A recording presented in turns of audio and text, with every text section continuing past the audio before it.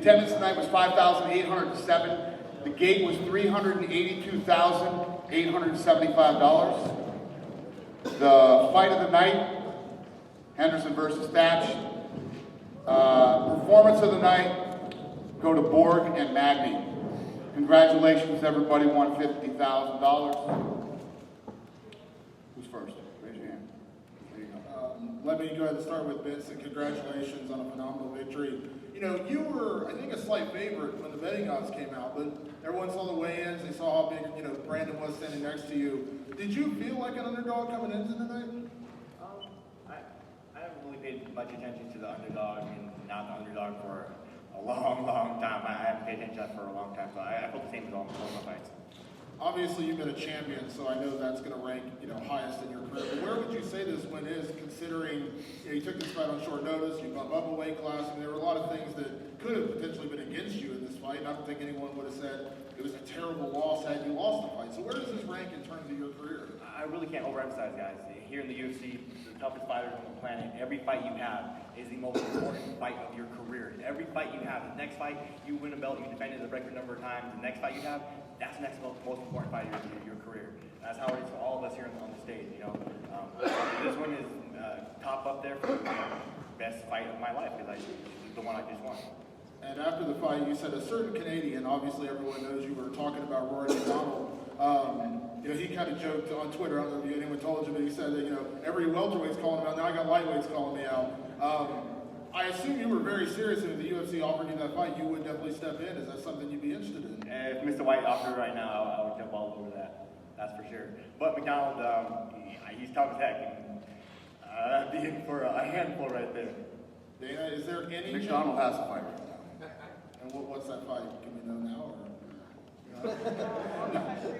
Now you're going to tell us? He does have a fight. He has a fight lined up already. Okay, but we can't know about it yet. No, okay. Hasn't been announced yet. Okay. And one question for Max Holloway. Max, congrats on the win. Obviously, right after the fight, you already got your next fight lined up. So let me ask you, how was that moment, and now knowing that you're facing Swanson, a top 5 guy, April 18th on Fox?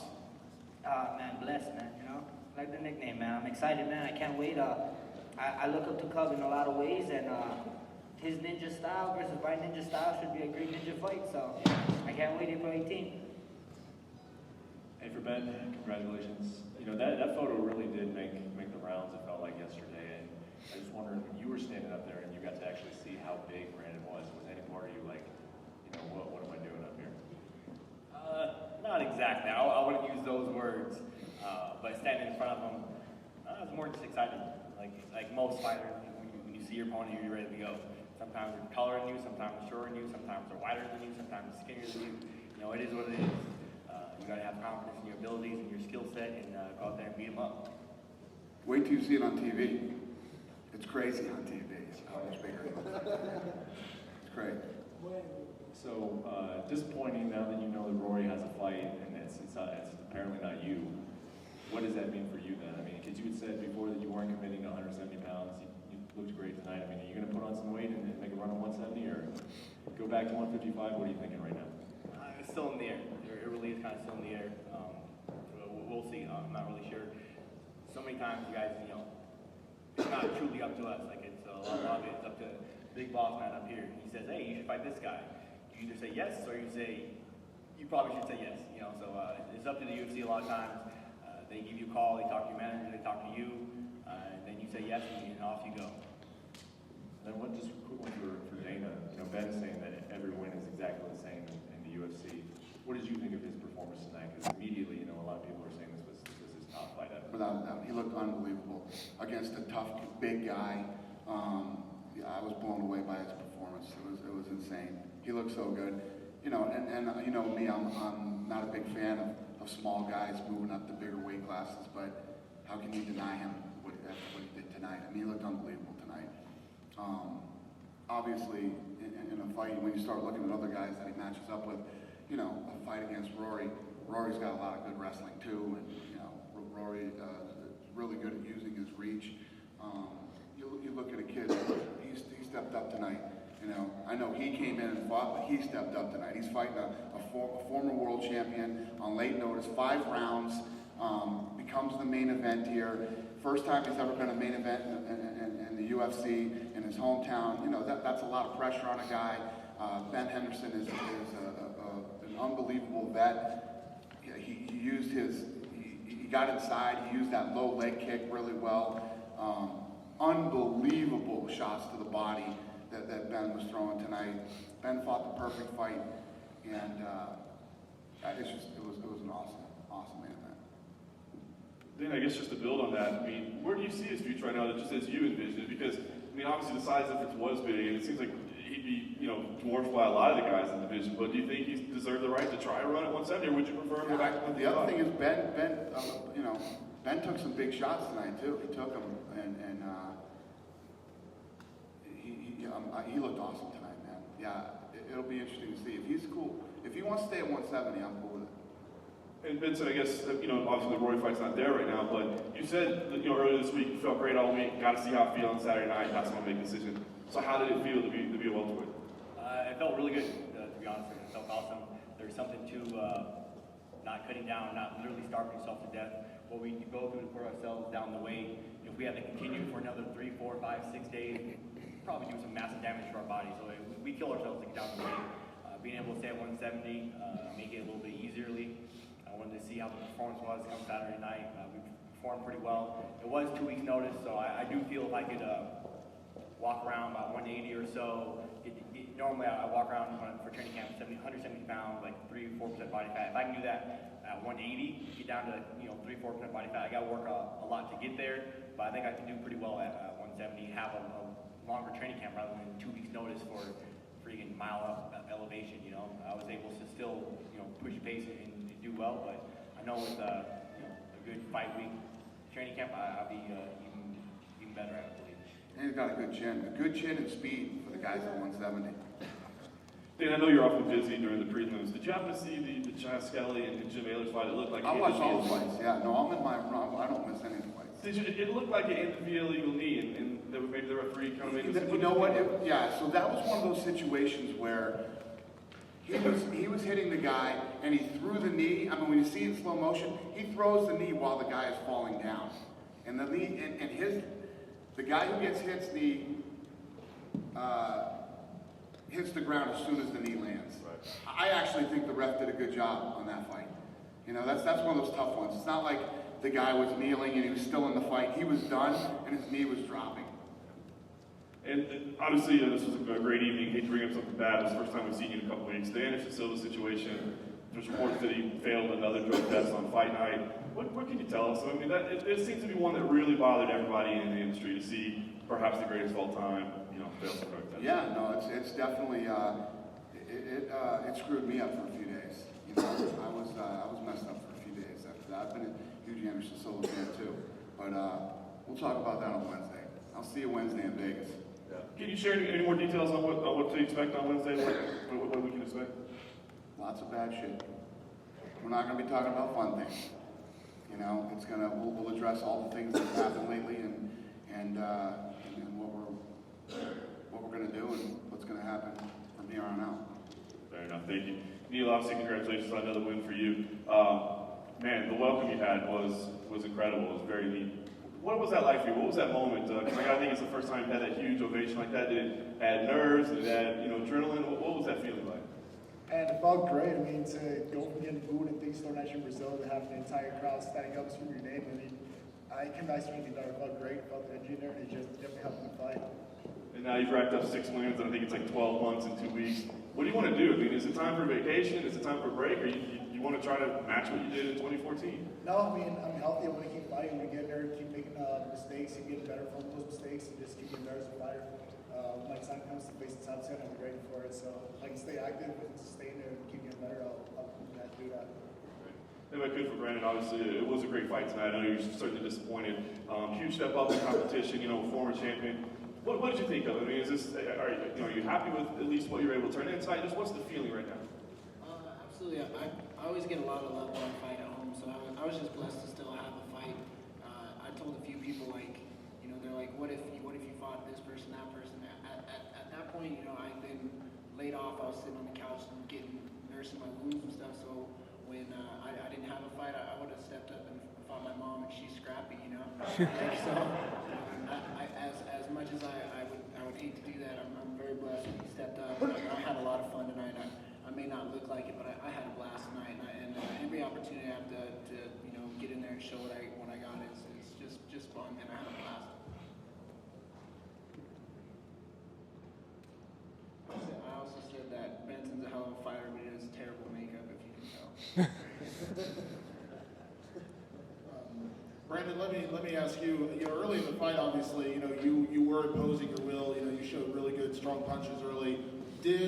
What changed for you in the third round? Was it just Benson's constant pressure? What do you feel changed in the fight when he got that takedown in the third? It seemed like that's where kind of the momentum shifted.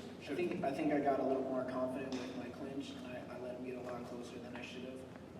Benson's a vet and an athlete, and I think I let my confidence get the best of me and didn't quite stick to my range. I got a little more confident than I should have with the clinch, and just let him get too close. I know that you hated being off as long as you were.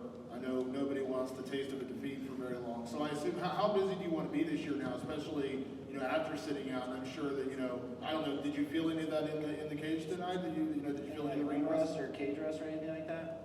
Is that what you're asking? Yeah. No, I mean I train with some of the best in the world, and mentally I stay sharp and I'm ready for it. So I didn't feel that. I think I just made some mistakes and he did very well in capitalizing on them. And a question for Ray. Obviously, another very, very strong performance from you. Your first fight where it was a loss, I think a lot of people believe that you won that fight. Where do you feel you stack up in flyweight? Because right now, let's be honest, there's a minimal amount of contenders right now for Demetrius Johnson, and it seems like you've been making a pretty strong run since that debut.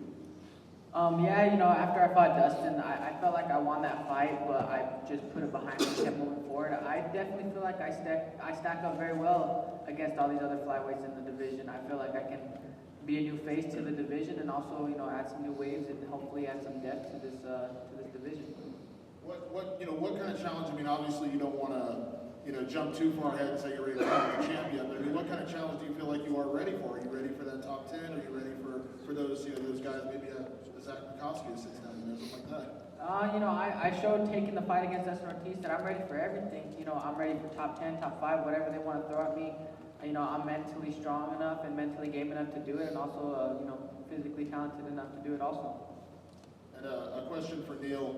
You had said before the fight that you're just gonna, you take what comes at you. But you had told before the fight, you said you were a little disappointed you didn't get that Koscheck fight. That was a big fight for you. Do you feel like now is the time you can not necessarily start calling out top 10 fighters, but it is time for you, to crack that top 15? You're going to have to face those guys. For sure. I mean, this is something that's gonna come as my career progresses, but I'll just take it as it comes. It's not my place to call people out. It's just my place to train and answer the phone call when the phone call comes through. So pretty much just back to the gym, back to working hard, and just wait my opponents, see what happens next, whoever it is, whenever it is. And a question for Zach. Obviously, a great win for you tonight. Tim's kind of a crazy, kind of a wild style fighter. But for you to go out there, I know coming off your last fight, I'm sure you were disappointed, but to come in and get a win tonight like you did, how did it feel? And do you feel like you kind of are back on that pace that you had before the fight with Jasir? Yeah, I feel good. I mean, like you said, Tim is a very tough guy to fight, just because he never stops and he's very awkward at the same time. And yeah, I feel like I was making a run to be in the top tier of the division, hopefully get a title shot and a fight with Demetrius. And I really feel like the Formiga fight, I mean, I don't want to take anything away from him, but I feel like I lost that fight more than he won it. I think I made some mistakes that cost me pretty big. And put it behind you, keep moving on, learn from your mistakes, and get better. And one last question for Benson. You kept talking about when I interviewed you beforehand. You said when you were champion, you wanted to stay more active, but obviously as a champion, you can't necessarily fight every 3 months. I thought you looked, one of your best performances tonight against a very, very tough guy. Do you want to stay this active? Because it seemed like that activity has really helped you, kind of keep your pace, and you looked really loose and just kind of like you were really, really, really strong out there tonight. I definitely prefer, like most fighters out there, to stay active, stay busy. We put a lot of work in the gym, we train our butts off, so it's nice to have that outlet to shine. And it's like, oh, you guys, I'm been working this for the past 6 months. Watch this. I can do this. Watch this. This is really cool. So I want to stay busy. I want to stay active. For Zach, if I could, Demetrius has actually mentioned your name in a couple of interviews as a contender, even though you had been coming off a loss. When you hear the champ mention your name, how does that make you feel? I mean, do you feel like you're deserving? You feel like you're ready for the shot now? What do you think when you hear him kind of calling you out as somebody who wants to fight? I mean, of course, it means a lot. I think he recognizes that what I think is like I'm one of the more technical guys in the division, and I could present a challenge to him. So, I'm of course flattered that he says my name, and that's my goal to get there. So, it's good for me that he mentions me. And for Max, obviously a great performance tonight. A couple of clashes of heads that looked like they were in there. I know Cole was complaining about that a little bit. Walk us through those sequences. Do you remember striking heads or anything like that? Do you remember what happened? No, it is what it is, At the end of the day, the first headbutt, he kind of Muay Thai clinched me. I don't know what he was doing, so he put me into him, And that was accidental, of course, And then the other one, I did my flying knee. I came down, and he ducked into me, and I was ducking into him, to get my head under his chin, so he couldn't shoot. And it's just accident, man. I felt horrible. He came to the back, talked to me. He said he wasn't complaining to me. He was complaining to the ref. So it is what it is, and it was just a great fight. And I guess just to confirm, obviously another fight in 9 weeks. Are you healthy? Is there any concerns? You got to get checked out by a doctor first, or we consider this fight signed, sealed, and done? It's signed and done, man. Like this guy said, man, when UFC gives you a fight, you say yes, And even if your mind thinking you say no, you say yes, Because if you say no, you're going to be away for a long time. So it's opportunity, man. Cub's a top five fighter, and he's a striker, I'm a striker, so it should be a fun one to watch. You see a bunch of cool spinning stuff in that one.